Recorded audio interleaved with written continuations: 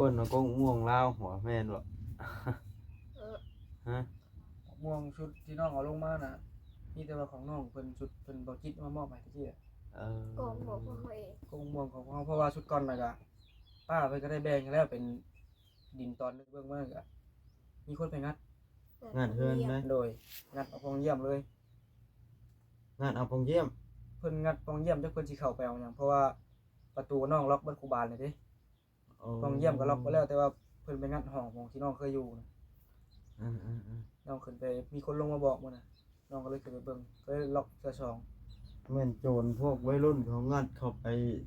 เสพยาชื่อน่ะมั้ง จักก็บ่ฮู้คือกัน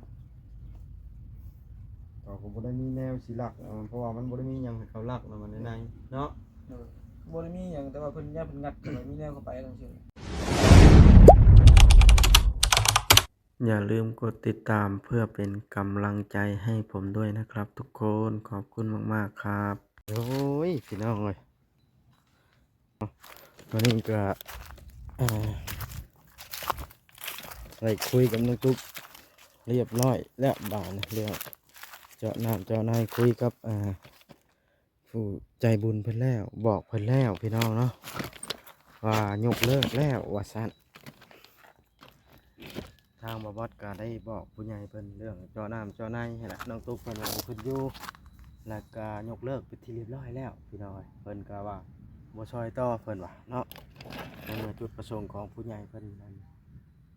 ว่าอยากชักน้ำแล้วน้องตุ๊กว่าบ่ขึ้นอยู่นะครับก็เลยย่าเราก็แจ้งน้องตุ๊กไปแล้วเนาะและบัดนี้ก็แล้วแต่เพิ่นนะบ่าพี่น้องเพิ่นสิซอยหยังก็ได้แต่ว่าทางผู้ใหญ่ใจดีทานนี่นะเพิ่นยกเลิกแล้วเพิ่นมีแต่ว่าเฮาเข้าไปเพิ่นเลยเนาะทางว่าอดีเพิ่นซื้อแนวกินแนวอยู่มาให้น้องตุ๊กเนาะของผู้ใหญ่แหละมันหลายคนพี่น้องผู้แพงก็มีผู้สั่งก็มีนี่นะน้องตุ๊กเพิ่นก็บ่ได้รู้จักที่จักแดนเพียงเล็กน้อยเนาะไปเอาไปเบิ่งไปชมน้ำกันบ้านนี่บ่อนนี้สิเป็นบ่อนเพิ่นปลูกเอิ้นตั้งซ่านใส่นี่เพราะว่าเขาขี่รถมาทางนี้ทางหลังบ้านพี่น้องไว้บ่ได้เข้าทางหน้าบ้านนั่นนี่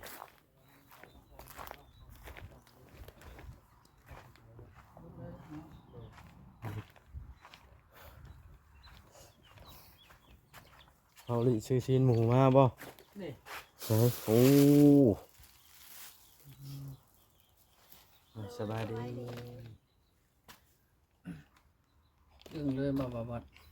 เจ้าขึ้นไปอยู่บนบ่นี่ อัพคลิปขึ้นไปอัพคลิปมีสัญญาณอยู่ดิอยู่เพื่อนเพิ่งนี่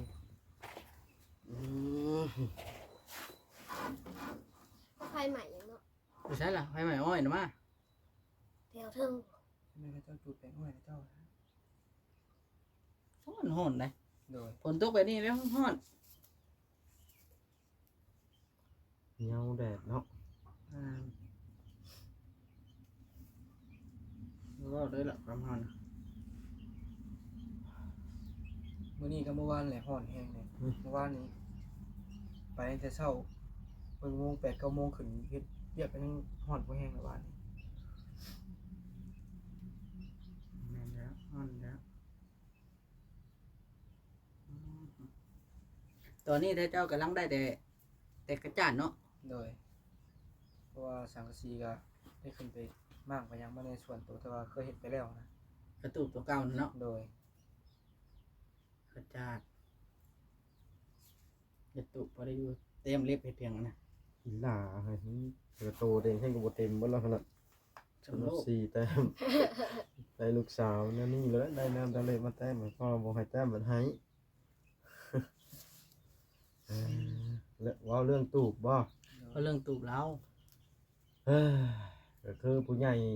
ผู้ที่เจาะน้ำให้คอยก็แจ้งเพิ่นแล้วเพิ่นว่าเพิ่นหยุดเนาะ โดย เพิ่นหยุดการช่วยเหลือเพิ่นว่า โดย เพิ่นว่าน้องบ่ขึ้นแล้วก็พอสำนั้นแล้วเพิ่นว่าเฮาก็บ่จักแน่สิเว้าต่อแล้วบาดนี้เนาะ โดย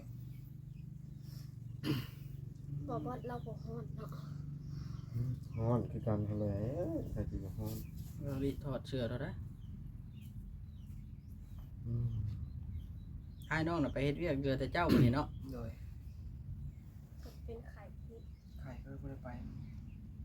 เข้ามาเด็กเด้แต่ละมื้อ เด็กๆมองตารางวัน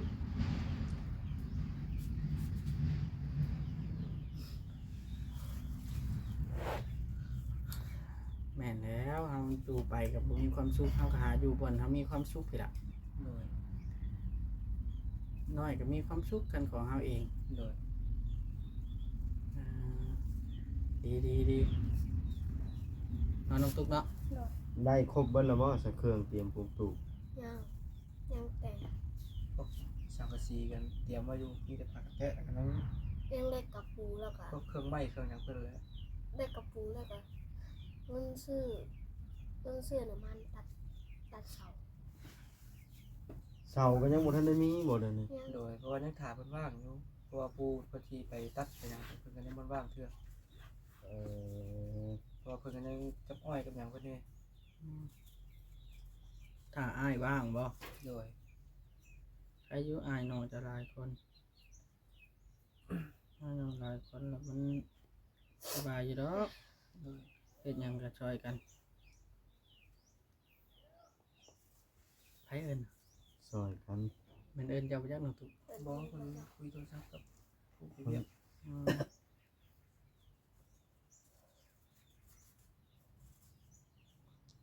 บ่ธรรมดาน้องตุ๊กนี่ แต่เพิ่นก็โทรมาเล่นน้ำ โดย เพิ่นว่านั่นได้เรื่องก็ขึ้นบ่ขึ้นอยู่นะเพิ่นบ่ได้ให้บ่ตั้งแต่เพิ่นก็แล้วแต่ตุ๊ก เพื่อนก็บอกว่าให้อยู่น้ำยาน้ำปลูกสักก่อน อันนี้เราก็เว่าแม่นความเราแล้ว ตั้งแต่เรารู้จักเจ้าให้เจ้าว่าน้องตุ๊กน้อยดูแลลูกบ่ได้ดอกไปผู้เดียวว่าแล้วเนาะ โดยก็อย่างคือเคยเว้าไปหลายเทื่ออยู่เพิ่นยังแบบเอาลูกกันยังบ่เป็นช่ำนะ บ่เคยอาบน้ำให้ลูกจักเทื่อว่ะ โดยมีแต่ย่ากับปู่เพิ่นแหละเป็นคนเบิ่งคนแยงช่อยก็ อืม แม่นแล้ว เพิ่นสิอุ้มลูกอุ้มหยังเพิ่นก็ยังโอ้โหเนี่ยอุ้มอยู่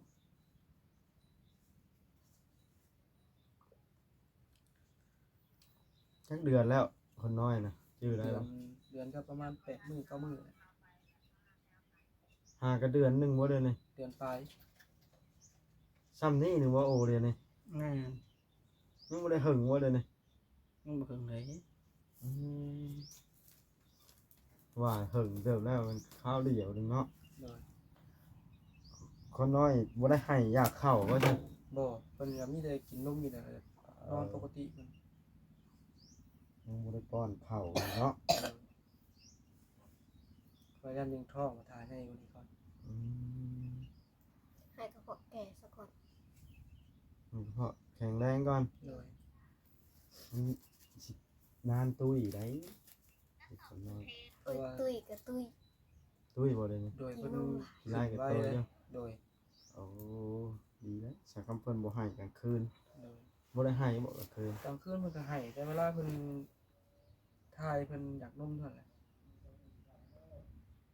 อืม อายุเราหู้อยู่ได้ลูกจ้านะ บางทีกับเพิ่นฮ้อนเพิ่นน่ะมันก็ให้อยู่ เพื่อนโหดมันขึ้นเพื่อนให้ตุ่มผายคนมานาน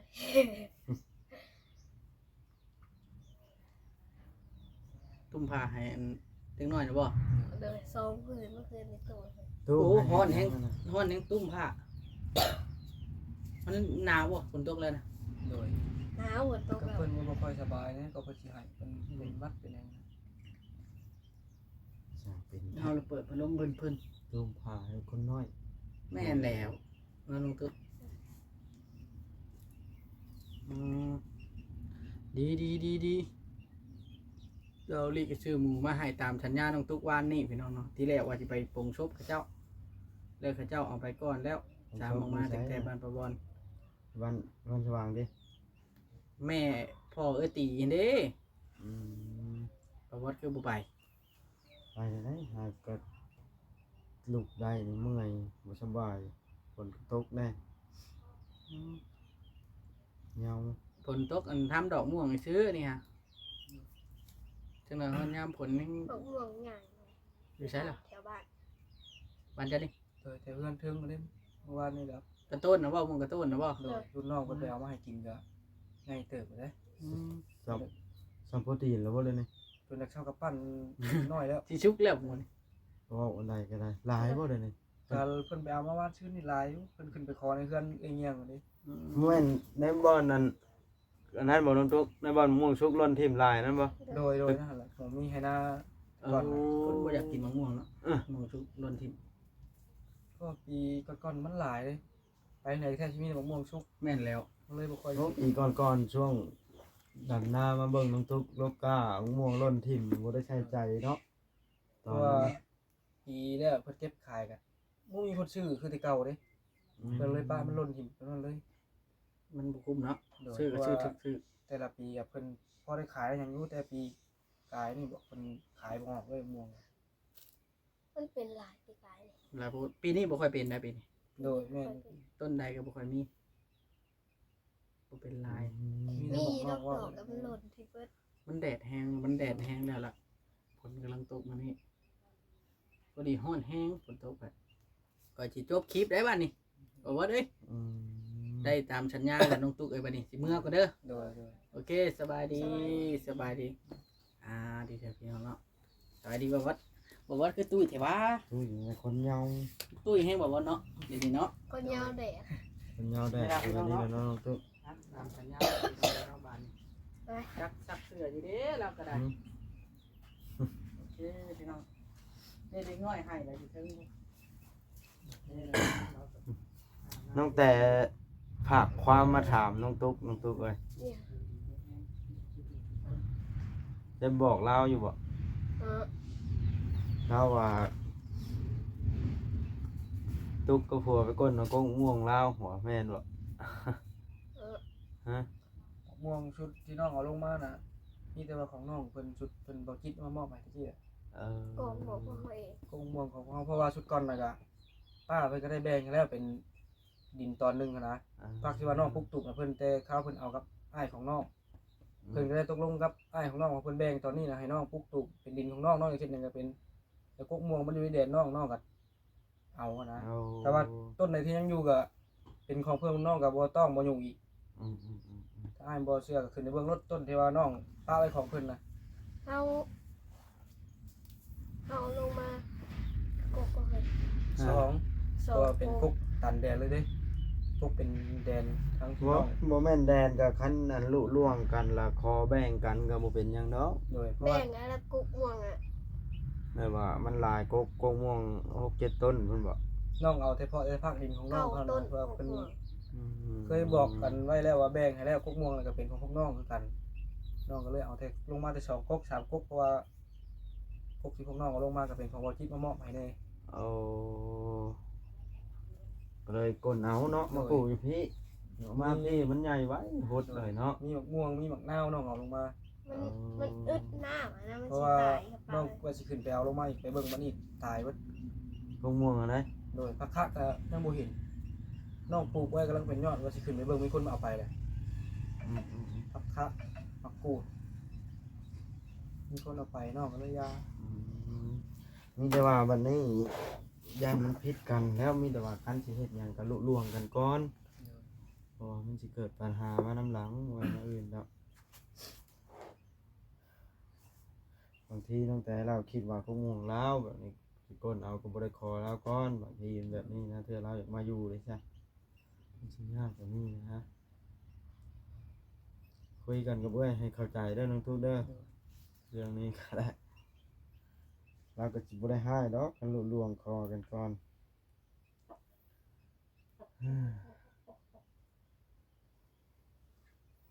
คนเราอยู่ใส่ก็คะแนนเข้าใจกันหักแพงกันก็ดีแล้ว ติ๊กเพิ่น ฮะ ติ๊กเพิ่นบอกให้กดเอาจากกดอ่ะ ติ๊กก็บอกว่า โดย ก้นเอาแหละมันหลายอยู่กับแบ่งกันขอกันก็บ่เป็นหยังดอกมันหลายกุ๊ก เพราะว่าอีกอย่างน้องก็ที่ว่าขึ้นไปเอามาก็บ่ได้เอากับเกี่ยวกับแดนเพิ่นนะเพราะว่าเพิ่นก็เคยแบ่งให้อยู่น้องก็เอาเฉพาะที่ว่าของเธอเพิ่นแบ่งให้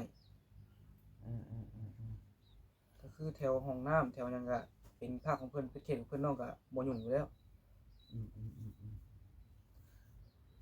เฮ็ดว่าเป็นคุมง่ายๆนั่นแม่นก้นหูม่วงนั่นน่ะเนาะ โดย อืมบ่เป็นหยังดอกคะแนนบ่ให้กัน โดย คนก็ได้ คือน้องนั่นแหละ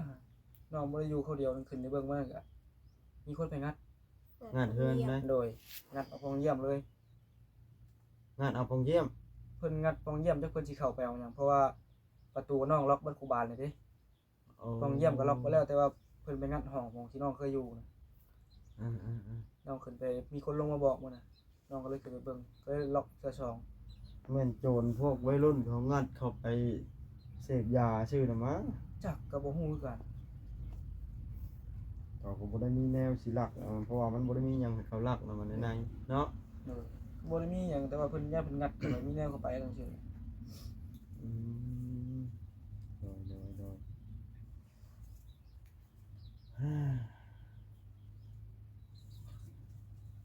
บ้านนี้มีแต่ว่านั่นละอ้ายก็สิบ่ได้ค่อยเข้ามาแล้วบ้านนี้มัน โดย วิดเวียกแล้วเด้ โดย เพราะว่าเวียกสิอ้ายเข้ามานี่คือมาทำหน้าที่ให้เพิ่นตามเพิ่นบอกกันแล้ว โดย เพราะว่าเพิ่นยกเลิกแล้วก็ โดย คือยกเลิกเนาะ โดย ก็เพิ่นอยากช่วยผู้ใหม่อยากช่วยก็แล้วแต่บ้านนี้ช่วยในเรื่องนั้นตูบบ่ซื้อไม้บ่ซื้อเสาให้บ่แบบนี้จัง โดย สิได้เข้ามาหา โดย ที่แรกก็ว่าสิมาเดินเรื่องเจาะน้ำเจาะในว่าถ้าเจ้าสิขึ้นอยู่พุ่นฉันดอก โดย มันยากกับเพื่อน แม่นอันนี้ก็บ่ได้เพิ่นก็บ่แม่นดอกว่าบังคับให้ถ้าเจ้าขึ้นอยู่ก็ได้อย่าเข้าใจผิดเพิ่นได้เพิ่นก็ว่าอยากให้เจ้าสะดวกสบายให้ละ โด โด ย ย จังสิซอยน้ำซอยในก็ได้ ใจเพื่อนอยู่ บ่แม่นดอกว่าเพิ่นบังคับนั่นใดก็ให้หนี้อย่างนี้บ่แม่น โดย เพิ่นก็อยากช่วยในส่วนที่เพิ่นช่วยได้เนาะ โดย เอามีแต่ว่าในนั้นละอ้ายก็สิกลับก่อนบาดนี่ โดย เด้อ โดย บ่รบกวนให้เจ้าแล้วพักผ่อนซะ โดย สบายดีโอ้ยมีแต่ว่าน้ำซุปใส่ตู้ไว้ชิ้นหมูนี่หรือว่าเฮ็ดแห้งไว้ มันสิเน่าทิ่มได้นี่พี่น้องเอ้ยนี่ละบ่วัดก็ได้สิได้กลับก่อนบาดนี่สิบ่ได้เข้ามาได้บาดนี่พี่น้องเอ้ยแจ้ง FC ไว้เด้อพี่น้องเข้าใจบ่วัดนำบ่วัดเข้ามานี่ก็จุดประสงค์ก็มาตามที่เพิ่นกล่าวบอกให้มาให้มาเฮาไว้พี่น้องเอ้ยนี่แหละคือกกกกมะม่วงตัวที่น้องแต่บอกนี่เชิญจะมาปลูกอยู่นี่1ต้นแล้วก็อยู่นี่1ต้นมันจะเป็นมากเพราะว่าเพิ่นฮด เชมันสิเป็นหมากดีมาอยู่นี่นะเพราะว่านี่มันสุ่มตลอดเด้เนาะพี่น้องเอ้าบ้านนี้ก็ได้พี่น้องเอ้ยสิได้ขอโตวจบคลิปแล้วบ้านกลับก่อนเด้อพี่น้องเด้อเนาะมันก็น่าสิตะเวนค่อยๆค่ำแล้วบ้านนะ น้องตุ๊กคือไอ้ายเว้าเด้อสิเฮ็ดหยังก็บอกน้องแต่พร้อมบัดนี้มันสิผิดกันน้ำลัง บาย บายอ้ายกลับละ เดินทางปลอดภัยเด้อ โดยเอาพี่น้องเลย มีแต่ว่าบอกว่า จบภารกิจซ้ำนี้กับน้องตุ๊กพี่น้องเลยเพราะว่าผู้ใหญ่เพิ่นก็ยกเลิกแล้ว การช่วยเหลือว่าซั่นเนาะยกเลิกการเจาะน้ำเจาะในให้ละแล้วบอกว่าบ่ช่วยเรื่องตูบเรื่องหยังบ่ถามเพิ่นว่าบ่ช่วยเพิ่นว่าการน้องตุ๊กขึ้นพุ่นจังสิช่วยอีกเพิ่นเอาแล้วแต่พี่น้องเอ้ยเนาะเฮาก็บังคับภัยบ่ได้หรอกชีวิตภัยใจมันเนาะ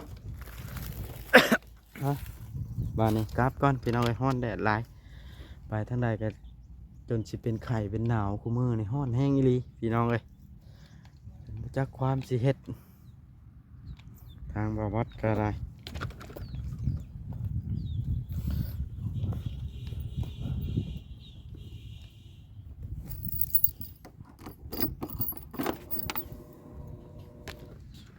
เอา